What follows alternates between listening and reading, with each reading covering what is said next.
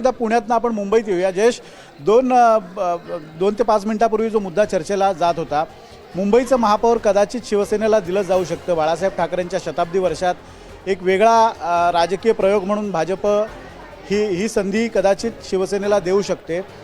जसं अभय सर म्हणत आहेत की एक मोठं आव्हान असणार आहे की शिंदेंच्या शिवसेनेला आता थोडंसं मुंबईमध्ये थोडंसं प्रमोशन देत ठाकरेंच्या मागे असलेला जो मतदार आहे तो पुन्हा शिंदेंकडे कसा येईल याचा प्रयत्न भाजप करेल.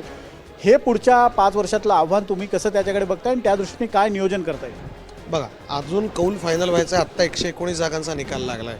119 जागांचा निकाल लागला आहे म्हटल्यावरती साधारणतः अजून 228 वजा 119 एवढ्या जागांचा निकाल अजून बाकी आहे. एकदा सगळे आकडे फायनल होऊ दे, ओके. आणि भाजपनी काय करावं, शिंदे गटाने काय करावं, ह्याचे मी काय कमेंट देणार ना, ते त्यांचं बघून घेतील. तुमच्या अंगाने प्रश्न विचार. ते मुद्दा पुन्हा तोच आहे की ह्याचं मी काय उत्तर देऊ. म्हणजे देवेंद्र फडणवीस तर इतके दातृत्व असणारे आहेत की त्यांनी मुख्यमंत्रीपद दिलं, महापौरपदही देतील कदाचित. तुम्ही हा प्रश्न खरं तर देवेंद्र फडणवीस, पण हे तुमच्यासाठी आव्हान वाटत नाही का? आणि त्यासाठी तुम्हाला काहीतरी पावलं उचलावं. अहो, त्यांना कोणाला तरी महापौरपद मिळालं, हे आमचं आव्हान कसं असेल? तुम्ही मला हा प्रश्न खरं तर विचारला पाहिजे की तुमचा विरोधी पक्षनेता नेमकं काय काम करेल. तो नक्की सत्तेवरती वचक ठेवेल. जर आम्ही विरोधात बसलो तर आम्ही विरोधी पक्षनेत्यांविषयी बोलू, जे आम्ही करू शकतो त्याच्याविषयी बोलू. त्यांनी काय करावं हे आम्ही कसं ठरवावं? त्यांनी तुझ्या गळा माझ्या गळा करावं, नाहीतरी त्यांना सवय आहे आता.